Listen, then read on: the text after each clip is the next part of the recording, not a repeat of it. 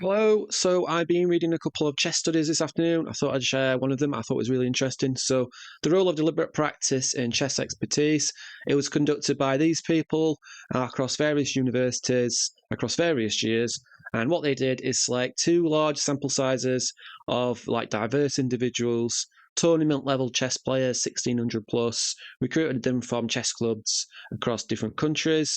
And what they wanted to do is investigate the role of different areas of study and what that role had on rating improvement and whether they could predict rating and peak rating based on what types of study that they did. So they were looking at those who practice serious study alone and tournament play and chess coaching. Those are the three areas of study that they looked at. And what they did is they proposed that the serious study alone would be would contribute towards deliberate practice, which they expected that to yield better results and to be the best method and the best predictor of chess rating. So the two groups, here's a bit more details, were taken from 4 different countries: Canada, Germany, Russia, and the United States. So the first group consisted of, as you can see here, 214 males, 25 females, and they were recruited between 93 and 1995. And the second group had 153 males and 27 females, and I think they were recruited a couple of years later. So all in that sort of area. And so all the individuals were given a survey to fill out about the demographics and stuff, and when they reach certain chess milestones, and about the type of study that they did, about the hours that they did, and the type of things, and about the amount of tournaments that they play and things like that, and whether they received chess coaching and how many hours, and they added everything up and they analysed the data. So this is the results of that data analysis. So when the two samples were combined and analysed, they found that the chess activity was a significant predictor of current chess rating. So to me, that's pretty obvious. The amount of study someone puts in, they found that to be a significant predictor of their rating levels. Yeah, I would expect that, to be honest. But they found that peak ratings occur between the mid to late 30s. Right, okay, so 145, so yeah. All right. They also found, what they did then is they regrouped the individuals by age, and they looked at the data in terms of the youngest to the oldest, and they look at the chess activities to determine, what activity was resulting in what rating gain, and this is what they found. They found that when they looked at the older sample, the only serious studies alone, the only people who were seriously studying alone, was making it any significant predictor in the rating gain. So, for example, what they're getting at is if there are people who are older than 35, older than 40, no, it's 40 it was, those who went to play tournaments, and lots of tournaments, that wasn't really contributing towards rating gain whatsoever, but those who were making deliberate practice and studying alone and doing a lot of that, they were making rating gains. So and the coaching as well, they counted that up as well. But the only significant thing in predictor of rating gain was actual deliberate practice in the older sample. Yeah, so overall they found that of all the cumulative hours of serious study alone, that was the single most important predictor of a player's current chess rating, right? So the chess coaching, the tournament play were minor factors, but the single biggest factor were the individuals who put more time in studying alone to deliberate practice. They found that was the best predictor of rating gain across the whole of the two groups.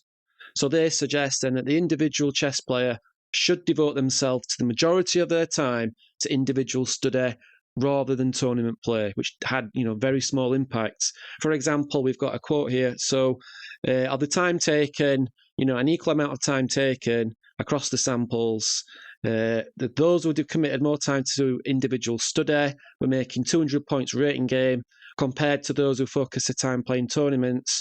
The same amount of time, same amount of effort, we made 33 points of rating gain. So that's the sort of difference we're talking about between, deliberate study and tournament play.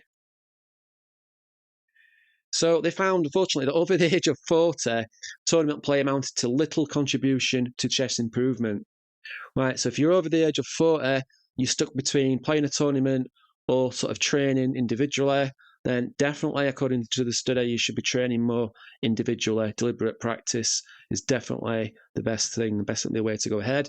However, for the younger player, they found that tournament play does actually make an independent contribution to their current skill level. And they talked about things like, the young player making rash decisions at a tournament play, and the older, more experienced person being able to have better grip of their emotions and things like that. But they found that after so many years of playing in tournaments, that sort of skill had already been given to the adult. They've already got that knowledge and that skill set. So further tournament play didn't really contribute towards any sort of further rating goals.